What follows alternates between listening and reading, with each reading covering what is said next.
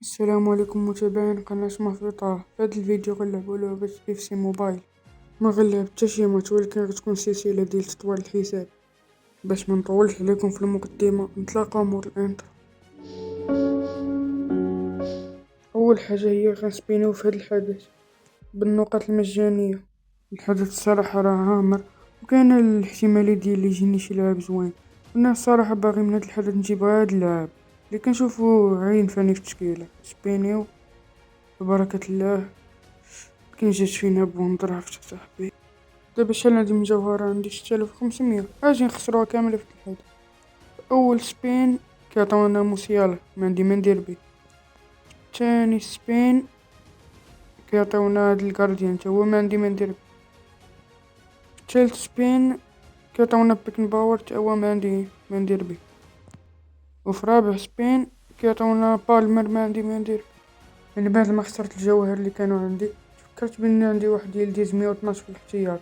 قررت ندخلو بلاصة غريمالدو يطالع عليه في جينو ويطلع ليه التشكيلة.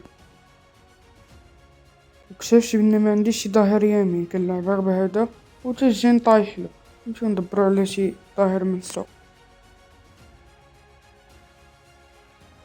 من بعد ما قلبت لقيت هاد اللاعب اللي صراحة تمنو رخيص والجين ديالو طالع، نشريوه نسينوه بيد من يوصل. ها هو وصل دابايا، ناخدوه وندخلوه في التشكيلة.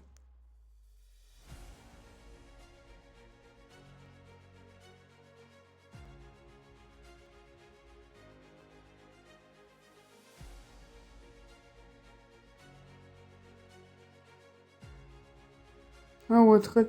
كنشوف بان التشكيلة دابا تقادات شوية. من بعد ما شفت التشكيلة لقيت بان فان دايك هو اقل واحد اللي عندو الجين، داكشي باش قررت نطورو. نقاط القوة نزيدو وحدة في الدفاع باش يبقى يدافع علينا شوية مزيان، ونزيد نطورو عاوتاني. هو وصل دابا ل107، مزيانة الصراحة. وتا نقاط هذا نزيدو في الباس في التمرير، خصو يتقلي التمرين شي شوية. ونشوفو التشكيلة واش زادت فيها شي حاجة. العز وصلت ل111. من بعد ما كملت واحد المهمة عطاوني مكافأة ديال 1000 جوهرة. كان هذا هو الجزء الاول. كما كتشوفو راه تزادت فيه واحد في الجيم. ها حنا وصلنا لفان الفيديو. كالعادة الا عجبكم الفيديو ديروا اشتراك لايك وتعليق زوين. تهلاو.